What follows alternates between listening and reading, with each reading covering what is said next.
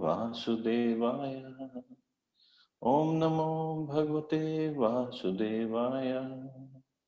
Narayanam Namaskritya Naram Chaiva Narottamam Devim Saraswatim Vyasam Tato Jayamudire Nashtaprayesha Bhadreshu Nityam Bhagavata Sevaya Bhagavati Uttam Shloke Bhaktir Bhavati Nashtaki. So, continuing with our discussion on Srimad Bhagavatam, first canto, first chapter. So, next theme of verses is from text 12 till 17. So for the sages, as Sutta Goswami, tell us what is the essence of all the scriptures, because you have learned all the scriptures. First, they glorified Sutta Goswami for his wonderful qualities, and then they asked him for the essence. And especially for the people of Kali Yuga, because Kali Yuga people have less intelligence, they said, just get us to the essence. But now they're coming to the real point. They were thinking maybe Sutta Goswami will go to some other meaning of the scriptures. So now they're saying, Sutta janasi bhadram te bhagwan satvatam patihi devakyam vasudevasya jato yasya chikirshya. So they're saying, all blessings upon you, O Sutta Goswami. You know for what purpose the personality of Godhead appeared in the womb of Devaki as a son of Vasudeva. So they clearly knew it is Krishna only. They knew. And they are more eager to hear about Krishna. So right away they jump to this conclusion. The essence of all scriptures is to know about Krishna, to know about the pastimes of Krishna, to know about the qualities of Krishna. And later on they'll ask about the different incarnations of Krishna also. So this is what they want to hear. That's it. They knew what is the essence of scriptures. Bhagavan means the Almighty God, who is a controller of all opulences, power, fame, beauty, knowledge, and renunciation. He is a protector of his pure devotees. Although God is equally disposed to everyone, he is especially inclined to his devotees. Sat means the absolute truth, and persons who are servitors of the absolute truth are called Sattvatas. So that's why Bhagavan, another name of Krishna is said is Sattvatam Patihi. So they are called Sattvats, the persons who are servitors of the absolute truth. And the personality of Godhead who protects such pure devotees is known as the protector of the Sattvatas. Bhadramte, or blessings upon you, indicates the sage's anxiety to know the absolute truth from the speaker. So they are really anxious, they're desperate to hear about Krishna. And they clearly said, who appeared from the womb of Devaki as the son of Vasudeva. So somebody can say, Balramji also appeared from Devaki, but Balramji was transferred from Devaki's womb to Rohini's womb. And previously 6 sons were killed. So Krishna was the only one who appeared from Devaki's womb as a son of Vasudeva. So they are clearly or directly asking for the pastimes of Krishna. And another meaning of Vasudeva is a symbol of the transcendental position where the appearance of the Supreme Lord takes place.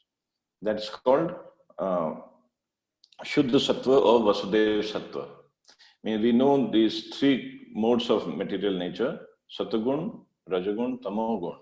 But beyond the Sattagun is Shuddha Sattva or Vasudeva Sattva. That is a transcendental position where Lord Krishna appears. Means one has to come to that level of transcendental position before he can expect Krishna to appear in his heart. Just like Krishna, when he appeared on this planet, he appeared in the mind of Vasudeva, to the heart of Vasudeva, then he transferred to the heart of Devaki, and from the heart of Devaki, he transferred himself to the womb of Devaki. So we have to come to that level of goodness, not even material goodness. Material goodness, Prabhupada has explained somewhere in Bhagavatam only, it's like the airport from which the airplane of bhakti takes off. So that is okay. Material goodness is that aeroplane. But to go from that goodness to transcendental goodness, or Vasudeva Sattva or Shuddha Sattva, that is the challenge. So the thing is, so to come to that platform of Vasudeva Sattva, at least we have to come to the material goodness platform. We cannot be in ignorance and passion and expect Krishna will appear in my heart. Even material goodness platform, he will not appear. But that is from where bhakti starts. So bhakti will take us to at least to the level of material goodness, if not further. This the processes that we are adopting, like when we will see when we come to Nectar of Devotion, study Nectar of Devotion, how everything is arranged and what is bhakti like, Vedi bhakti and Raganuga bhakti, this, that. So we will see we are not actually, I mean, I don't want to dishearten anybody, but we have to know the truth. We are not actually performing Vedi bhakti even right now. We are struggling to perform Vedi bhakti, or we are trying to perform Vedi bhakti right now. Forget about Raganuga and later on stages of bhakti. So that's how, I don't want to say difficult, by the mercy of Srila Prabhupada, everything is possible. He can pick us up from one place and he can put it in the aeroplane and make us sit nicely in the aeroplane of bhakti and take us back to Vaikuntha, Golok Vrindavan. That's not impossible for him to do. But from our perspective, we have to understand where we are. So to come to Vasudeva Sattva platform, at least we have to come to material goodness platform, the Sattvagun platform. That's why Krishna's name is Satyatam Pati. So then material goodness platform, that's why we see these t-shirts that I think Salman Khan wears, being human. So we have to come to the level of being human at least. And human beings means, and material goodness means, we can read from Bhagavad Gita, he's always content, he's always satisfied, and he's trying to help others. We many times, we say, oh, we don't have to do material help to the people in general. If somebody is poor, we should not help, or it's not bhakti. Yes, it is not bhakti, but person in the mode of goodness will definitely try to help others. This is his nature. This is innate nature. So at least we have to come to the platform of mode of goodness. So we can discuss more in Bhagavad Gita what are the qualities of people in mode of goodness. And bhakti is a cultivation. It's not like we are chanting, and all of a sudden we'll wake up one morning and we are in the mode of goodness. It's not going to happen like that. Cultivation means we have to work on these qualities. We have to see at the end of the day, we should be able to analyze the whole day, what I have done, what good things I did, what wrong things I did. And we should be able to pray to Krishna, Krishna, please forgive me for all the wrongs I did, and we can erase those, remove those from our memory. And then we should be able to make a promise to ourselves that I will not do these wrong things again if I come in that situation ever again. So consciously we have to make an effort. Chanting, yes, very powerful process. But then again, are we chanting or are we just finishing our rounds? Chanting is definitely most powerful process in Kali Yuga, especially in Kali Yuga. But are we chanting or we just finish our rounds? So if you're just finishing our rounds, the same chanting, it will take millions and millions of years. So we have to consciously make an attempt. Cultivation, it's cultivation. Cultivation means we have to put in efforts every day and every morning when we get up. We have to make a promise to ourselves. I'll try to do all good things. I'll not be envious of anybody. I'll not fight with anybody. I'll not get angry with anybody. And I'll try to see Krishna everywhere. Whatever, again, these, as I wrote in my message to Charu Mataji, real prayers come from the heart. Shlokas are good. Those sages have written the shlokas, which are very nice. They mean a lot. But the real prayers come from the heart. So from the heart, we have to be able to pray. Okay, Krishna, so today you have given me new life, new day, new energy, new body. Everything is new for me. Let me make the best possible use of it in your service. And consciously, let's try to make an attempt that I will do all good things today and not a bad thing. And even if something bad happens at the end of the day, when we are sleeping, going to bed, we can ask Krishna, okay, please forgive me for that. Now, if the same situation happens again, I will not do. I will act differently. So then we can slowly hope to make some progress on the path of bhakti. See, all these sages are also sitting and inquiring from Sutta Goswami. It's not like they knew everything. When we hear the questions they're asking, they knew everything. But still they're inquiring. Means cultivation is there. Anxiety is there. We want to hear more. Those sages are pretty much at the liberated stage, and they also want to hear about Krishna. They're anxious. So that desperateness, that desire has to be there. And that means they had cultivated those desires. It's not just by sitting in the forest, they just somehow got the desire. They cultivated those. So we have to be able to cultivate these qualities, these desires. Any questions, or should I go to the next verse?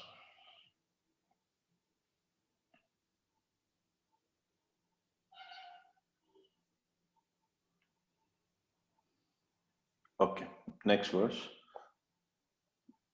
Tanna shushrushmananam arhasyangan anganuvarnitum yasyavataru bhutanam kshemaya cha bhavaya cha. O Sutta Goswami, we are eager to learn about the personality of Godhead and his incarnations. Please explain to us those teachings imparted by the previous masters, acharyas, for one is uplifted both by speaking them and by hearing them.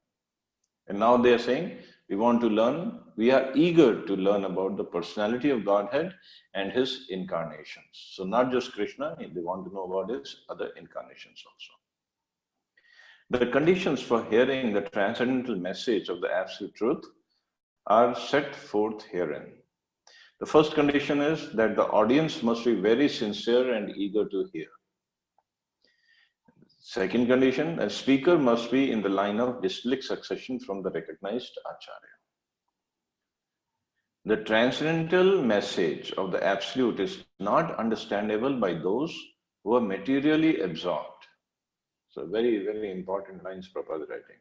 First, the audience must be very sincere and eager to hear. And the speaker should also be in the disciplic succession. So under the direction of the bona fide spiritual master, one becomes gradually purified. Therefore, one must be in the chain of disciplic succession and learn the spiritual art of submissive hearing. And look at Prabhupada's words, learn the spiritual art of submissive hearing. Means, again, learn. Learn means activity is there. Means the cultivation is there. We have to work on it.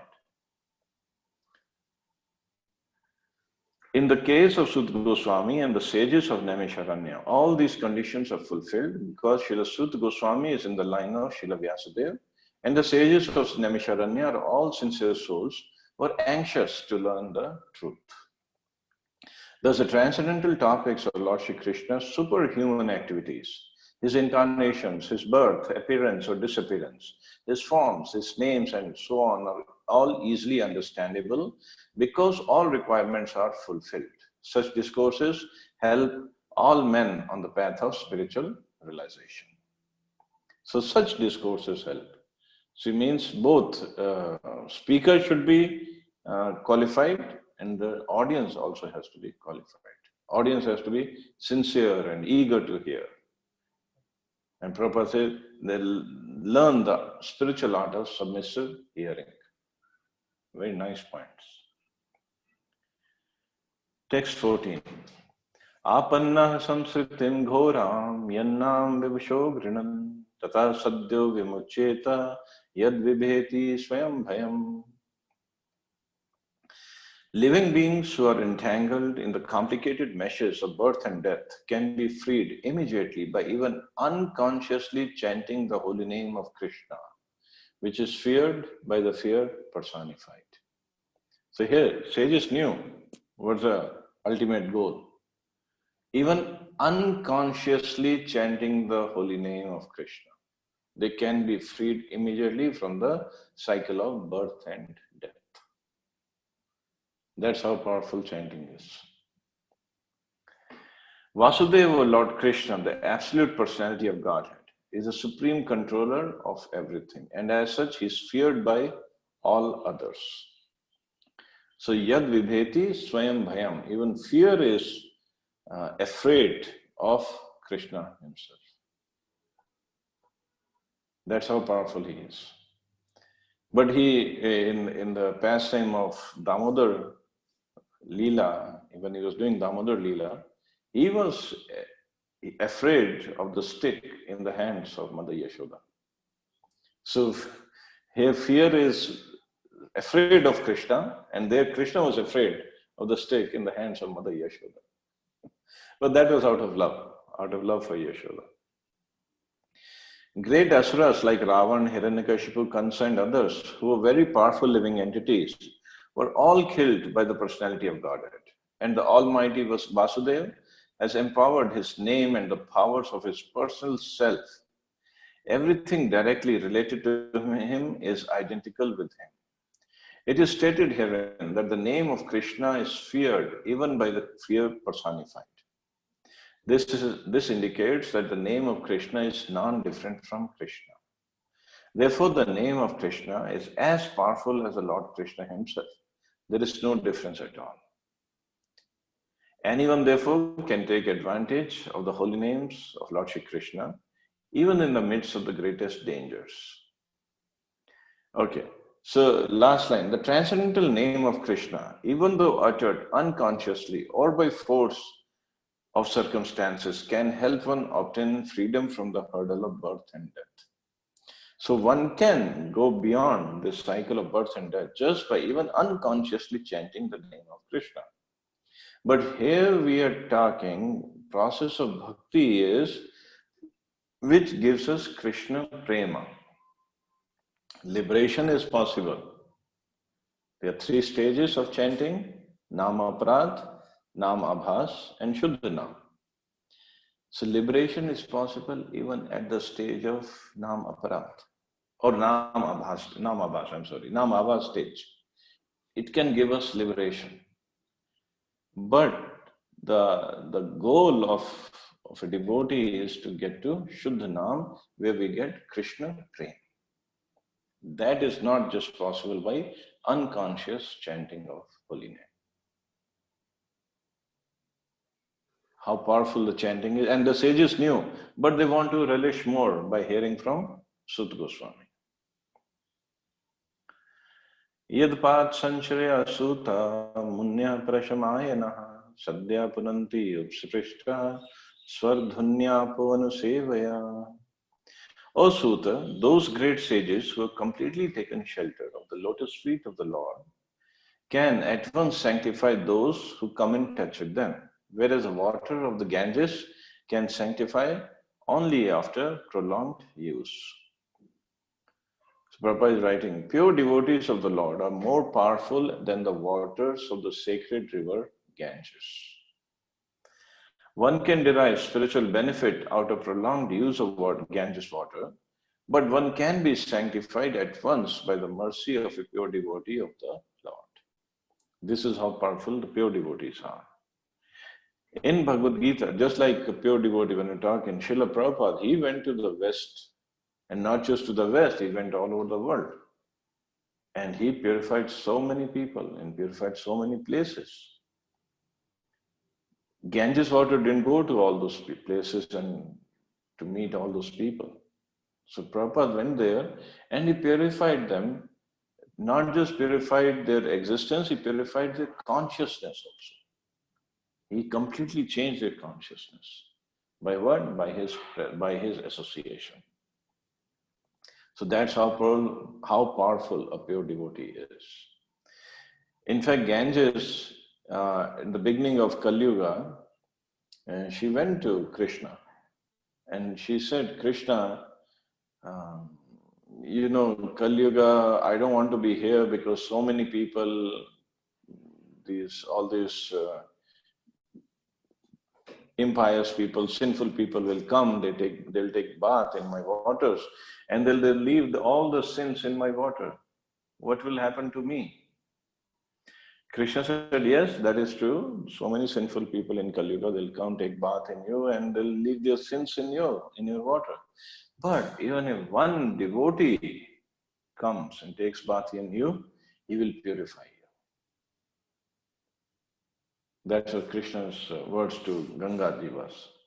And then Gangaji was happy, okay, I'll stay then. But Gangaji was ready to leave. She said, Krishna, you're leaving, I'm also going to leave. But Krishna said, no, you stay, it's okay. But Gangaji is here for next another 9,500 years. All Ganges, Yamuna, they all will leave in 10,000 years from Chaitanya Mahaprabhu's time. So then what will happen? The real Kali Yuga will start then. We think it's Kali Yuga now. No, it will start that time. Because right now, Chaitanya Mahaprabhu has given his benedictions. It's a golden age right now. So the world will still prosper. Universe will still be better. But after 10,000 years, then the Kali Yuga will really start. In fact, we'll go over this purport, this shloka tomorrow also. I just wanted to say one thing. When Srila Prabhupada was in Kumbh Mela, I believe it was 1977 January. So Prabhupada was there with so many disciples and we had a big camp. Prabhupada was there in his tent, he was translating Srimad Bhagavatam. And devotees would go out, they do Harinam in the Kumbh Mela, they distribute books, distribute prasadam, and they would go for taking bath in the Sangam also. So one person who knew Prabhupada from earlier days of Allahabad, Prabhupada staying in Allahabad, so he came to meet Prabhupada. Prabhupada met him nicely, they were talking. And then he took out a pot from his bag and he started washing Prabhupada's lotus feet. And Prabhupada's disciples were there, and Prabhupada allowed him to do that. And they were surprised. How come Prabhupada is allowing? Because Prabhupada was very strict that only my disciples should be able to do that. But Prabhupada allowed him. And then he collected all that water by bathing Prabhupada's lotus feet in that pot. And Prabhupada was looking at him, what he's doing. And then he said, Prabhupada, I'm going to take this water and I'm going to put this water in the Sangam. Because that's how Sangam will be purified, and then Sangam will get the potency to purify so many people who are going to take dip in that water right now. So he knew, and Prabhupada himself, Prabhupada was sitting, relaxed, laughing, what is he doing? But he approved of this action. And that person did. He put that water, Prabhupada Charanamrit, in that Sangam. And according to him, this is how Sangam will get the potency. But this is how a pure devotee is, how much potent they are. And the potency comes from Krishna because they are attached to the service of Krishna. They're completely attached to the lotus feet of Krishna. So the potency comes from Krishna. But since they're fully surrendered, fully conducive conductors, so the potency is there. So I'll stop here, see if anybody has any questions or comments.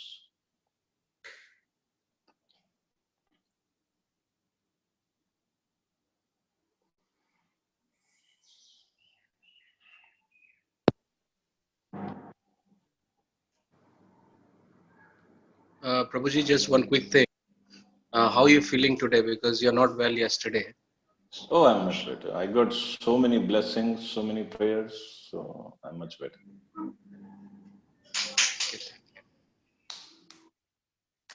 Thank you.